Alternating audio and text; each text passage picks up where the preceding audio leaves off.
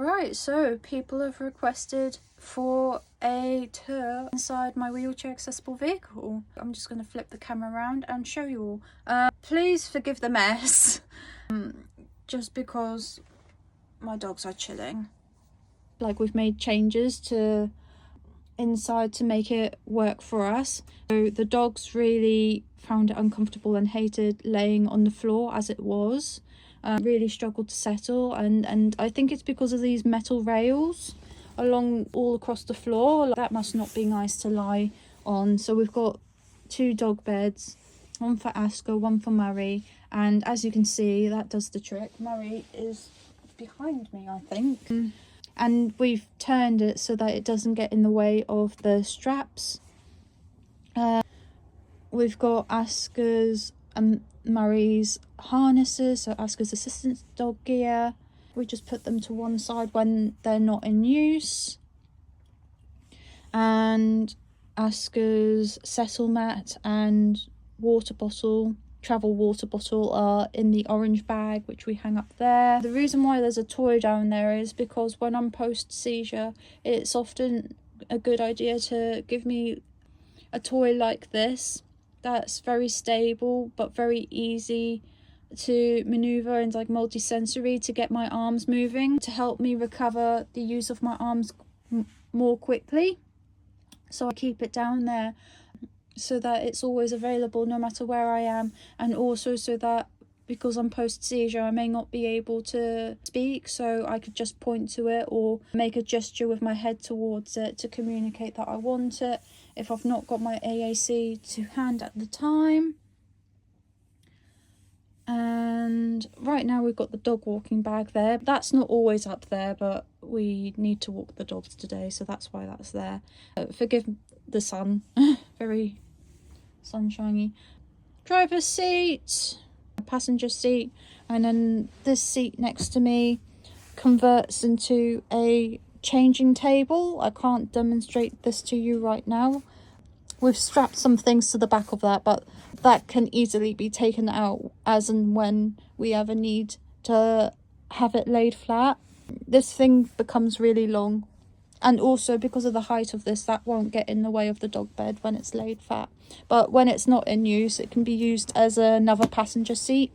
And we've got the hoist, ceiling track hoist above me, which goes all the way across here to the wheelchair space, so that no matter what mobility level I have, we can always transfer me in and out of my wheelchair and change my position or sort my clothes out or whatever the need may be at the time. And I'm going to try and do this without getting out of my chair. I've put my coat and my leg cozy because it's winter time, but underneath that I've got both of my wheelchair trays so that it's easy on hand and is always there, because otherwise we forget everything. Like if we ever go spontaneously to a cafe or a restaurant and it's not there, yeah, because unfortunately most places are not accessible and my wheelchairs very often do not fit under the tables. We've got a spare passenger seat back there that could actually be removed should we ever need the extra space for equipment or luggage. It's handy to have that should we have family or friends also traveling with us, so that is really awesome. There's Murray, hello. And then we've got the ramp. We keep this whole area free because I wheel in and out through this space to get on and off the ramp. Oh, there's also these 2 storage boxes up here.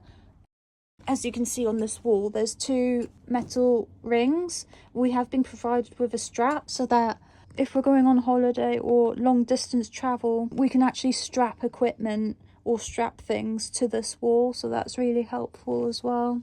And then this little green button and light pad is to the auto lock box that's underneath my chair. Again, if you want a video covering that, you'll have to ask in the comments because I can't show you right now. And I would have to film that another time. But essentially, when I'm in my electric wheelchair and I'm using the auto lock box, I'm able to press that to put myself in lock and also get myself out of lock. And this is where my seatbelt comes from. We've got a little mirror which is meant to help me be able to see how far back I'm going on the ramp as I'm reversing onto it. And then we've got this side door here, and you can't really see in video, but all of these windows at the back here are all tinted. It's only the front windows, actually you can see a little bit of a difference, that are not tinted. And we've got a privacy curtain should we ever need it, should we need the extra privacy. We've got lights up there as well, and down there.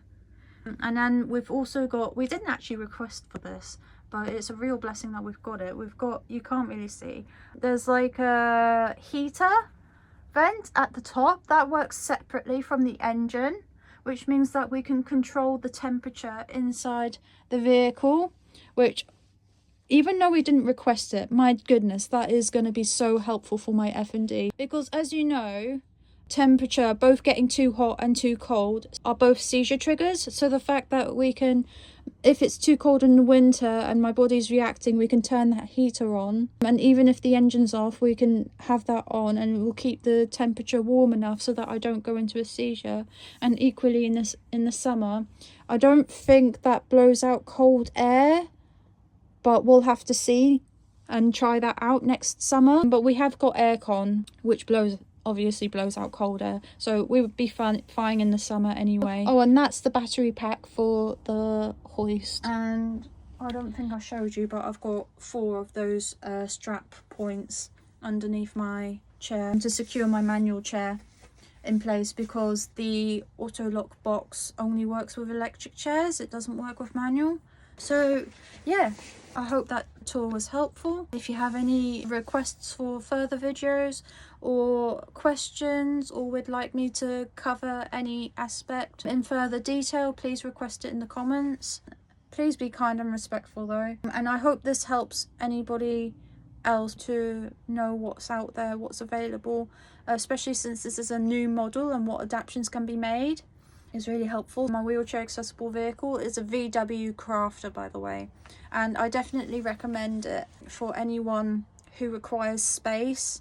I recommend it for anybody who needs a very bespoke vehicle and needs it quite adaptable, or who requires a hoist or a convertible changing bench or stuff like that. There's multiple benefits. I am very biased. This is the only wheelchair accessible vehicle I've ever had, and I personally think it's the best, so I am very biased in my opinion. I hope this helps. Bye bye.